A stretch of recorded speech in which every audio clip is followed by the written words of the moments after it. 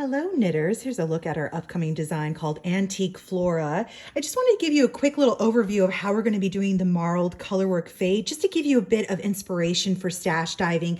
Here you can see my work in progress. The motif is going to go pretty well into the body past the sleeve split, so you're going to have lots of room to fade your 5 colors.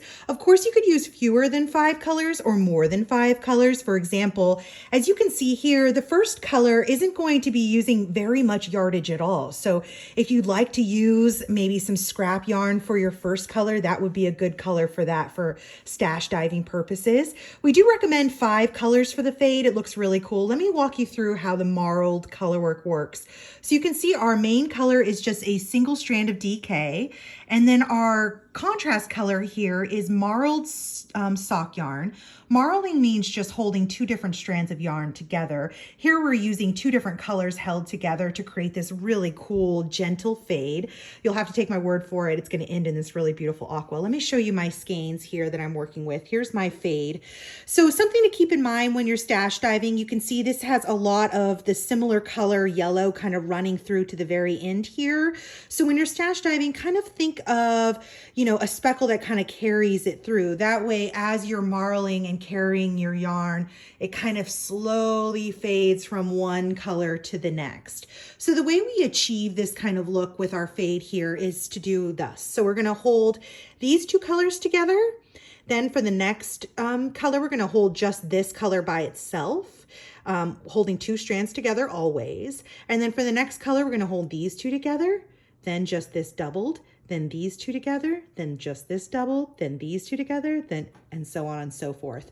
So you can see how if you had a bunch of stash yarn, you could add more colors to kind of give you the yardage that you need. So as long as you're marling 2 colors together, it's going to give you this really cool, slow, gentle fade. And because we're working over such a large area on the sweater, because the motif is going to go into the body, you'll have plenty of time to work that really nice, slow transition through.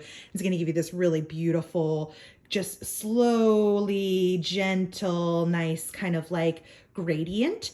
And we really like when you use a very saturated color at the top of your project, but of course you can flip it and do it the other way if you want and end on a really saturated note at the bottom. I do like when you use a saturated color held with a variegated color at the very beginning. It kind of tones down, at least in my case, I was using this bright yellow. So that's something to keep in mind too when you're picking your colors. You're going to be most likely, of course, it's your sweater, you can do what you like. Most likely you're going to be holding your most solid color with a variegated to kind of help tone it down in the beginning. So you can always reach for something a little bit more bold. When choosing your main color, here you can see I'm using an olive green.